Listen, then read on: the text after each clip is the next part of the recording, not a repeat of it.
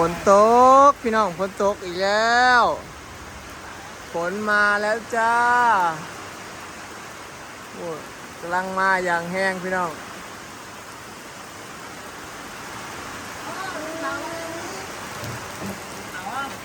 ออกมาฉีดยาหมูพี่น้องเพราะว่าฝนตกพาลิดออกมานำมือเอาบ่ได้พี่น้องบ่ว่าคือสิตกดนอยู่คิดว่าคันแบบนี้ตกบ่แห้งแบบนี้จ๊ะเอสบายดีฝนตกบ่ลูกไปเกือบปลาปลากับเกลือเราเจอพุ่นเกือบปลา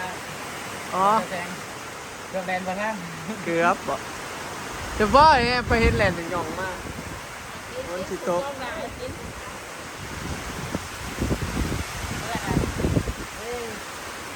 นี่มาบ่อเตาพอดีอยู่เถียงพี่น้องยังบ่ได้ตัวสีเมือยังอยู่ได้เรื่อยพี่น้องบ่ได้ยากเวียกจักเดือนหนึ่งจังเมื่อเหยาะกันไว้เดือนหนึ่งจังเมื่อเนาะเมื่อก็เมื่อบ่ยากแล้วมากก็มากบ่ยากมันมีครัวแหละให้มันทำบุญป้อนพี่น้องคุณยายก็นอนหน้าเลย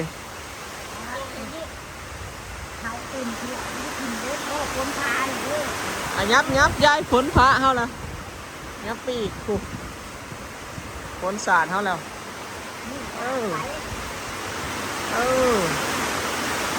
ป้าตัวเมื่อบ่ได้จ้านอนได้ไหมถ้าบุญบ่นอนได้ไหมถ้าบุญเลยเนาะ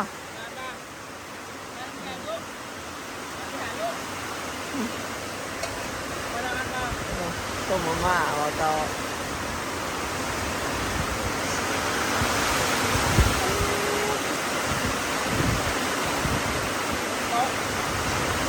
ยังสาดอยู่เลยพ้นยับเข้าไปให้อยู่เขาไปยัดฝนสาดพี่น้องเบิ่งเนี่ย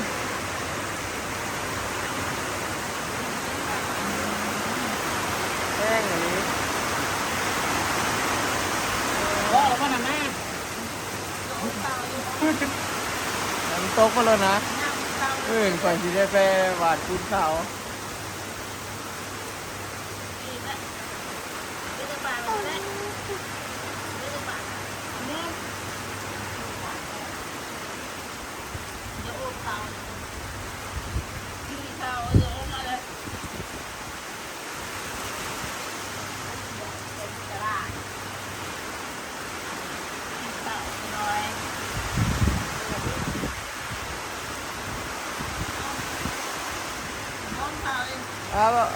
ไปลงหวยอีกไป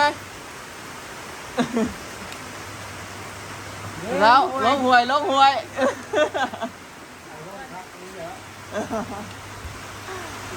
เต้าต้องหัวกับหมูมันก่อนเห็นพอเธออยากไปกินชิวๆเลยเนาะ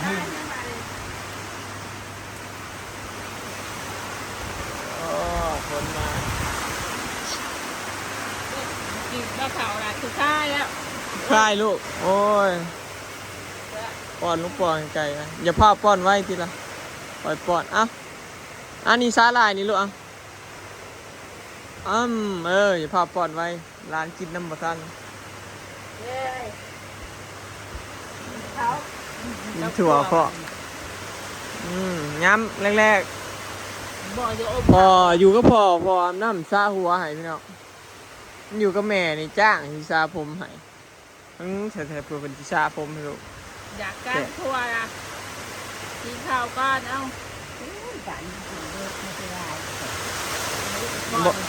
กินสับเพิ่นอิ่มแล้วแต่เก่าก็กินเบิร์ดสามีแล้วแต่เก่าพาตัวเก่าออกมาเนี่ยบ่ได้ตัวเก่าออกมาแล้วเฟสเท่ากับเกลือแล้วนะแม่เพิ่นเห็ดกินเครื่องยากอลิสแต่เพิ่นให้ออกมานำอย่าคายลูกอย่าคายเร็วอย่าป้อนแล้วดิ ใช้ถ่องเนาะโอ้ยยัง บอกเกิน กินน้ำจ้ะกินน้ำนั่นนึงเหรอกินเองใครยำไว้อื่นไว้เข่านะบนตกคำมาลิบพี่น้องมึงเอาบ่ได้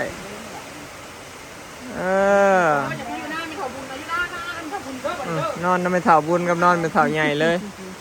ไม่ทำย่างอย่างเด้อนอนบ่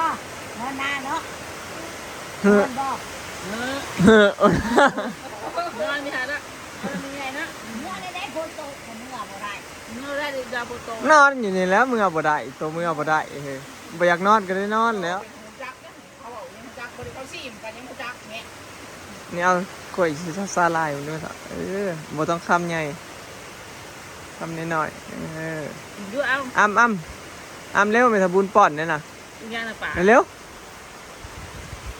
อ้ำลูกอ้ำแค่กินกันเสื้อจุ๊บโอ้อย่าโจ๊กป่าอย่าโจ๊กอยากคายเบิ้งโหดทั้งป้อนทั้งขู่คายเบิ้งกินแม่กินยาเนี่ยโตแล้วให้ยุดฝนตกอันนี้มาได้ลูกฝนตกแห้งออกกำลังก่อนปะกูอันนี้ยินว่าพุ่งข้าวเจ้าผู้ชนะเลยนะเจ้าพุ่งข้าวเลยใส่ไปแล้วใส่เบอร์สองกระยาไปเน้นใส่ตัวมันเป็นคำนั่นแล้วกระยามันก็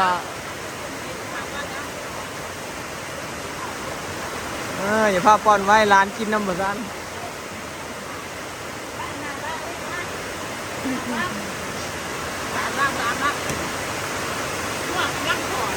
เมื่อกี้ว่าจะเอาไปใส่มันบ่มีน้ำแน่น่าแล้วย่ำลวกตายพอดีเลยเขาอาจจะใส่ร้ายมือแล้วอย่ามันลวกตายมันแดดแล้วมันถือปุ้นเขาอย่ามันลวกตาย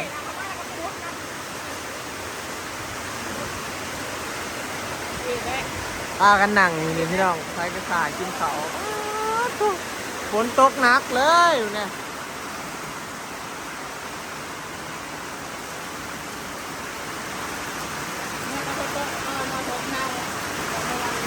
โว้มีเมื่อกับเมื่อเลย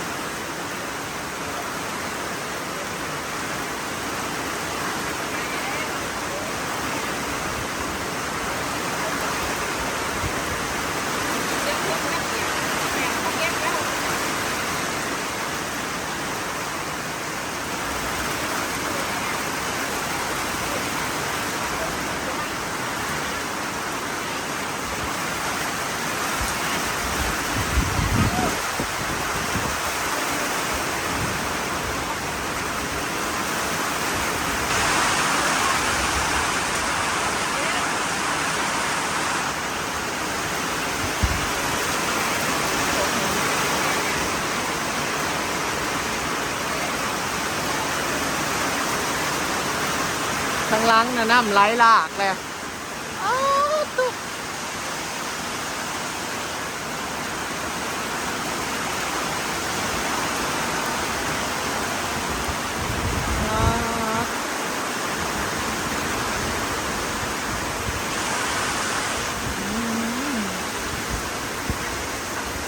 ผักแห้งแน่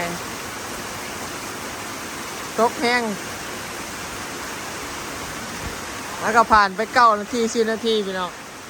ฝนแห้งขนาดน้ำไหลหลัดแล้วน้ำกำลังขอนทงหน้าแม่ลงไปเอาหัวพอดีฝนตกมาตื่ม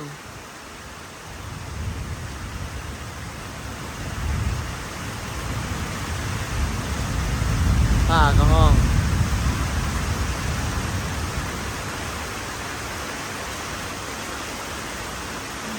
เบิ่งส่งที่ได้เมื่ออยู่บ่ที่ได้โทรบอกแม่ขี่รถเมาตั้งมันก่อนพี่น้องเขาบ่ทันเศร้ากันสิให้แม่ลิฟต์ออกมาเอา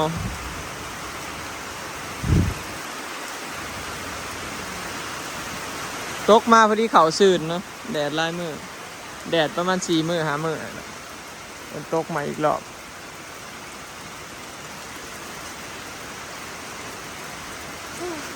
เริ่มคอยลงแล้ว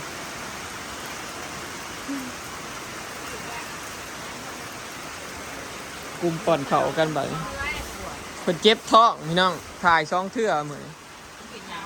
จักหลายอย่างกินแต่ข้าวพัดนี่แล้ว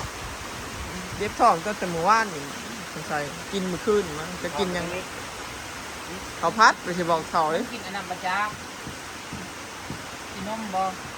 บ่นมยังสิมาเจ็บยังมือนี่ เต้น กินนมมาตั้งแต่มื้อซื่นโอ้ยบ่แม่นว่าสิมากินเนาะสิมาเจ็บท้องยังมือนี่ แม่นขี้หมูละมือแม่นี่โอ้ยลูกเอ้ยไม่ใหญ่จุดร้านก็ได้เอ้าเปียกด้วยนะตัวไม่ใหญ่ก็เปียกก็อยู่ขนาดน้ำแล้ว อาบน้ำนอนหากระตื่นแล้วก็พาออกมานี่ ยอดกระอาบดีแล้วมันขี้เหม็น มัน ขี้ยืดขาวเลย บ่ยอมนอน นอนแล้ว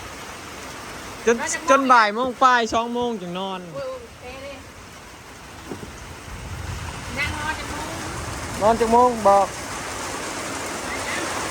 อกแม่อันไปอย่าไปฝนสาดนั่งเนี่ยเอาแอะนี่ มานั่งน้ำใหญ่มาลูกมา บ่คิดฮอดมีใหญ่บ่ไปนั่งน้ำใหญ่ไป พี่พ่อพี่แม่กระบะเลยนะ อุ้มกันอยู่นี่แหละ ไม่เทะยัง เห็นแล้วนะ เข่าเลยนะเข่าเลยเนี่ยเข่าเลยได้ เมื่อฝนเริ่มซาแล้วฝนเศร้าจังสิเมื่อพี่น้องอ้ำโอ้เมทาบุญป้อนมันเป็นตาแซ่บแต่เบิ่ง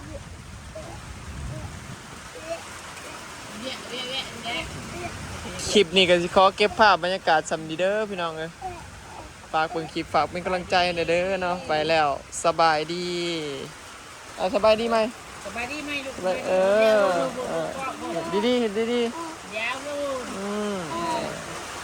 กินลูกอย่างกินลูก ฝ อย่าง นตกแล้วจ้าฝนตกแล้วเด้อพี่น้องบ้านข่อยบ้านเฮาฝนตกแล้ว